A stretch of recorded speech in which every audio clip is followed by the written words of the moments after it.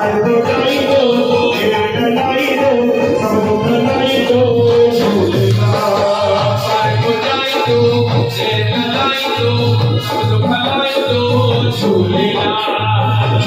जी की जय झूलेलाल। माया किशोर स्वर्ण इसरानी। अॼु मां तव्हांखे उत्तर प्रदेश जे अम्बेडकर नगर जे सिंधी प्रोग्राम जी झलकियूं ॾेखारींदुसि ऐं ॿुधाईंदुसि पूरो समाचार।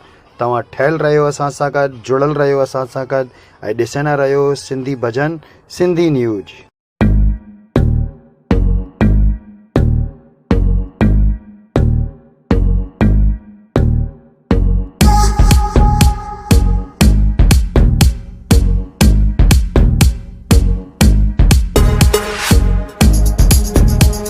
उत्तर प्रदेश सिंधी अकादमी ऐं अम्बेडकर नगर सिंधी पंचायत जे संयुक्त तत्वाधान में उत्तर प्रदेश जे अम्बेडकर नगर में मयूर रिसोर्ट में भगवान झूलेलाल जे 40 पर्व ते सिंधी भक्ति भजन जो सांस्कृतिक कार्यक्रम रखियो वियो।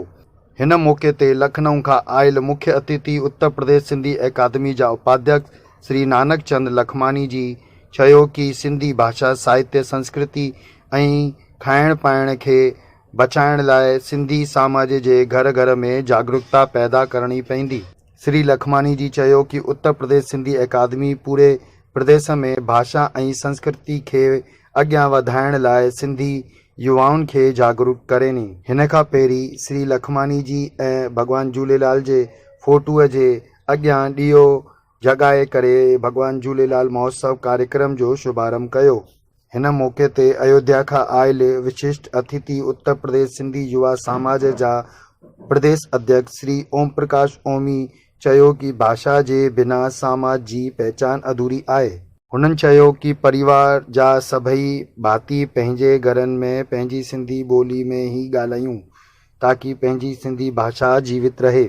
सांस्कृतिक कार्यक्रम में महाराष्ट्र जे उल्हासनगर खां आयल कलाकार संजू ऐं अनिल भगत पंहिंजे साथियुनि सां गॾु सिंधी भजन गीत ऐं सूफ़ी कलाम प्रस्तुत कया जेको सभिनि खे घणेई वणियो। हिननि में सिंधियुनि भाउरनि ऐं भेनरुनि सिंधी छेॼ खेॾी करे धूम मचाई।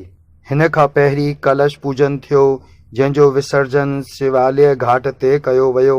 हिन मौक़े ते सिंधी समाज पंहिंजी दुकानूं बंदि रखियूं। कार्यक्रम में अम्बेडकर नगर जा भाजपा जिला अध्यक्ष मिथिलेश त्रिपाठीअ सभिनि खे प्रभु झूलेलाल महोत्सव जी वाधायूं ॾिनियूं।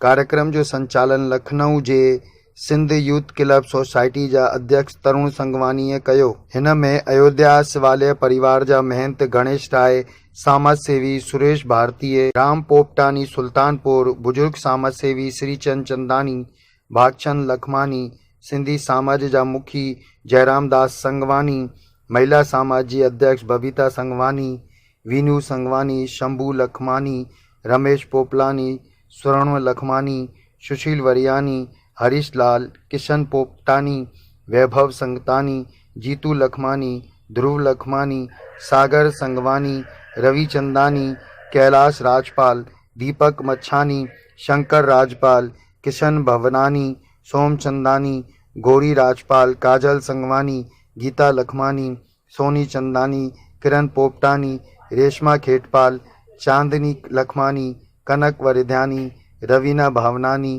कांता लखमानी, रक्षा अंदानी, सरिता राजपाल आदि मुख्य रूप सां मौजूद हुआ। त कीअं लगी अॼु जी असांजी हीअ ख़बर ऐं तव्हां पंहिंजे शहर जी भी कोई न्यूज़ कोई ख़बर जेका भी सिंधी कार्यक्रम थियनि था तव्हां मूंखे मोकिले था सघो ऐं कोई भी अगर तव्हां भजन था गायो गीत था गायो सिंधी में उहो भी तव्हां मूंखे मोकिले था सघो। मुंहिंजे सिंधी चैनल ते तव्हांजी हर सिंधी ॻाल्हि तुरंत स्वीकार आहे ऐं हुनखे मां प्रदर्शित कंदुसि ऐं पूरे देश ऐं दुनिया में रहण वारा जेतिरा भी सिंधी परिवार आहिनि जेको हिनखे ॾिसनि पिया हिनखे शेयर करण, लाइक करण, कमेंट करण ऐं अगर असांजे चैनल सां गॾु तव्हां नया जुड़ियल आहियो त सब्सक्राइब जरूर करनि ताकि कोई भी अहिड़ी वीडियो तव्हांखे लगातार मिलंदी रहे। त ठहियल हुजो असां सां गॾु, जुड़ियल रहिजो असां सां गॾु, ॾिसंदा रहियो सिंधी भजन, सिंधी न्यूज़। किशोर स्वर्ण इसरानी सां गॾु।